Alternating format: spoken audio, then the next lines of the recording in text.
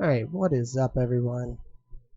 Zing Zinger right here, ready to talk the awesomeness that is this new update. For all you sorcerers and mage blades that have been kind of playing both sides, you're going to be excited. So we're going to start out with just going over it. It is patch 1.3, or 1.03 technically. It is for all platforms, and it was a huge update. It was 1.63 gigabytes on my Steam profile. I don't know how big it'll be on the rest of platforms, but I saw that and I was like, something new just got added, because there's no way that it's that big and it not just be just a couple little like glitch fixes, which is really cool. So major changes we're just going to go over right here. Apparently there's a new icon for the map to record an icon for that and the name of an NPC. So we'll go over that. I'm going to record some footage once it finishes downloading of what this is and try to see exactly what it is. There is a new NPC right here. Barnum? Barnum? I don't. English is not my strong suit. So there's a new NPC, which means there's going to be a potential for new NPCs to be added throughout throughout updates. I didn't honestly think they were going to do that, and I'm so excited that they are, because now every update comes out, there might be something new for me to do. There might even be new endings added at this rate. I doubt it, or at least not without a DLC, but that's just awesome. New phases for the following NPCs, which is really cool because, especially these two, because they kind of just stopped, and you felt like there wasn't much of a completion to it. So it'll be really cool to see what it is. So yeah, there's 1, 2, 3, 4 new quest phases for existing NPCs. I don't see anything talked about this guy's quest line. I assume it's because they're not adding a new quest line, they're just adding a new NPC, meaning there's probably a quest line with him, if he's not just a shop, but we'll see. Like I said, I'm going to go and record a video about each one of these and try to look out for them. New summons for NPCs at the start of fights, I guess. I was always kind of feeling like it was lacking for NPC summons that were not the ashes. So this is kind of cool to see if you can like summon Patches or Alexander in more areas than what we have previously seen. Number of patterns objects can look like. Mimic Veil, you can now look like different items more places. Background music, cool. I'm not going to go over each one of these because these are bugs, which is cool,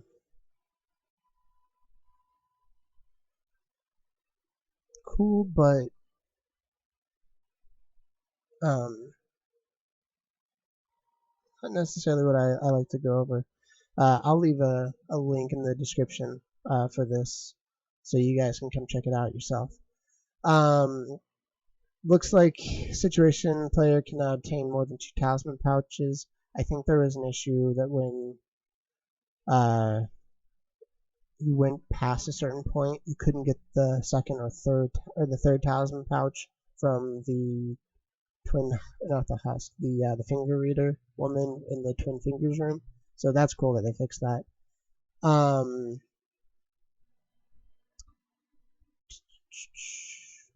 There was something else here that I wanted to look at. They did fix the. Where did it go? The Fire's Deadly Sin.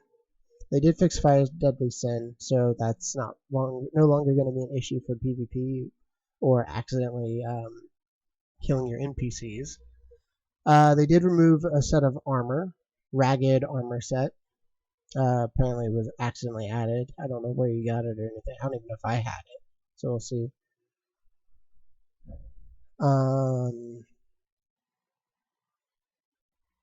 Yeah, so those are the major bug fixes that I wanted to talk about. Looks like there was a visual effect with the unseen form. I think I saw that once in one of my videos where I was actually still visible. So, but I couldn't tell when my spell was up. So here's some really cool things especially for new players. Increased drop rate of summoning stones or smithing stones. Added smithing stone to some early game shop lineups. So I don't know if it's going to be kind of like the original blacksmith where you can just buy it like the first tier, so you can at least get to your +3 or +5 level. Especially since there are 25 levels in this game, and having to go get that bearing to go get those first couple items was okay, but if you didn't know what you're looking for and you weren't somebody who wanted to look at a map, it kind of caused a little bit of a level issue, in my opinion, where your level was high enough, but your weapon was still doing no damage because obviously level scaling is very minimal at first. So that's cool. Increased shield effectiveness for all you sword and borders or just full-on tanks. That's going to be cool. Maybe it'll lower the stamina take that it pulls when you get hit. Increased damage for all cracked pot items. So now anything you throw that uses a cracked pot, like the fire pot, the lightning pot, and all that, now does more damage. Increased damage for falling items, spark, and poison spray and stuff. That's cool. Looks like more pot slash perfume bottle stuff. Torrent now gets healed more from the raisin and the sweet raisin and the frozen raisin, which is awesome because the raw raisin, it didn't heal much to the point where I was like, why would I craft this when I could just use a flask on them?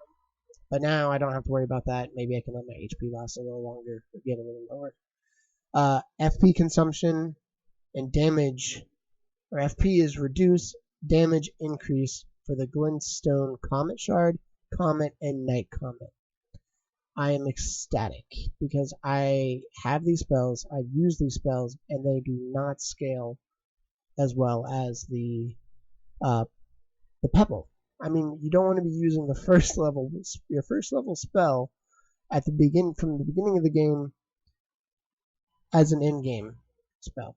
That just feels kind of weak, and I cannot wait to see how much that has been balanced out. Gravity Well, Collapsing Star, and Crystal Barrage now do more damage. Decrease FP and on Star Shower, Rock Blaster, Gavel of Hemia, Founding Rain of Stars, Stars of Ruin, Great Blade Phoenix, Magic Downpour, Loretta's Great Bow, Loretta's Mastery, Carrion Greatsword, Carrion Piercer, and Shard Spiral. That is a lot. So all of those now take less FP, which means we might see more of a meta of using different spells rather than just the one or having a massive FP pool. So you're not having to refill as often. Projectile speed and range of the Great Glintstone Shard is so awesome because it was literally doing a third of the distance on my game of the Pebble, and I was like, I get it, it's bigger, does more damage, and you can hold it and charge it to do more damage, but I want the same range. And now that the speed, that's going to be even greater. Projectile speed, or not, decreased Ash of War, Hoarfrost stomps damage, and increase the cast time. I can't argue with this. It's one of those things that it was kind of broken. You could fight NPCs and just or invaders and just keep them at bay because going out does damage, and then breaking does damage and knocks them down half the time. if they don't have really high pulleys. Buddy Slash's self-inflict damage now does more damage to yourself when you cast it, slightly lowering the damage and increasing the cast time. So now it's probably going to be a little less start of game mass damage, in my opinion, because that was the boss killer or the NPC killer really quickly, because it was just dead. Decreased weapon skill, Sword of Night and Flames damage. I'm going to look at this because I was honestly working up to using this weapon. I'll be curious to see if this weapon is now not nearly as OP, because it was being rated as like the most powerful weapon, but I'll see. Increased FP and lowered the duration of Barricade Shield. That's kind of sucky. Not gonna lie, that's gonna be a pain. For a lot of the early game stuff, because that was pretty much what kept Paladins alive, in my opinion. Early game. Changed FP consumption, timing of Ash of War. I don't know what consumption timing means, so I'll have to look at that. Decrease the damage of Spirit Summon. So this is going to be ridiculously overpowered, but I'm curious to see what the behavior difference is. So the Mimic Tier Ash is what I'm running right now, and that thing is honestly more powerful than I am, but it took more than half of my HP, and I've got 1,000 HP. So it'll be interesting to see what this spirit behavior pattern is. Will it become less aggressive? Will it become more, hey, what weapon am I using? Let me judge this. If I was an NPC and I was fighting the player, what would he do? And will it give him the ability to actually switch items that are in hand? Because I always cast it while I have my sword in hand. I've never seen him change and try to use sorcery from afar. So that'd be interesting too. Other enemy and weapon balance changes, that's going to be interesting to see just the amount of damage that might be getting changed from low level or high level areas. Because there are some areas where I go in and a dog almost kills me with 2 hits. And I've got 1,000 HP, and I'm like, so I don't want to fight all this. I'm not going to clear this area. I'm going to run through it. I'm going to pass it. So it'll be interesting to see if that does anything with that. Overall, I think that's about all the major stuff. Oh yeah, there was one other thing. There was a bug where I'm not going to go look for it because there's a lot to look at. There was a stat issue where scaling wasn't happening with certain weapons. So you'd have the weapon, you'd do the damage, but it wasn't scaling correctly. So I don't know if it's overscaled or underscaled, but we'll have to look at that and see if we find anything. Hope this was a quick, to the point, precise topic, or not topic, bullet point. There you go. And I hope you enjoyed. Hope you want to come back, stop by, check out the other videos. I'm gonna start posting some of my samurai turned mage blade. Probably in the next week or so. I've been trying to get through the game a little bit more on my personal playthrough that I've been recording, so that way I'd kind of have an idea for when I'm streaming.